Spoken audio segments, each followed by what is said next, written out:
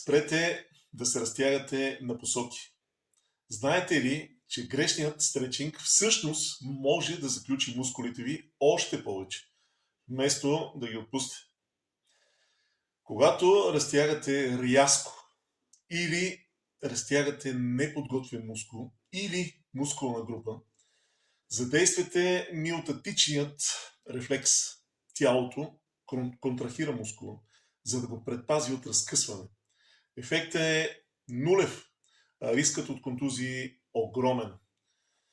Затова започвам нова поредица. В следващите видеа ще ви показвам по 2-3 конкретни упражнения, базирани на биомеханиката и неврологията, с които правилно да отпуснете и разтегнете тялото си. Днес ще започнем с разтягане на много важни мускули в горната част на тялото и мускулите на корема, абдоминалната мускулатура. Ще ви покажа как да освободите стерноклеидомастоидеуса,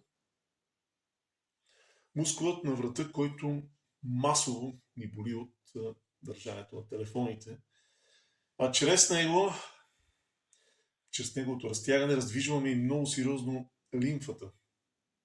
Тук се съдържа огромно количество лимфа. Предният зъбчат мускул, сератус антериор, трапециуса и коремната стена. Вижте как да ги хапнете правилно.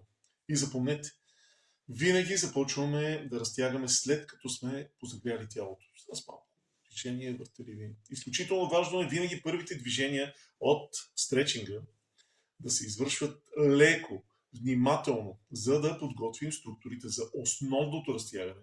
И когато изтегли мускула в крайна позиция, леко да го задържим опънат.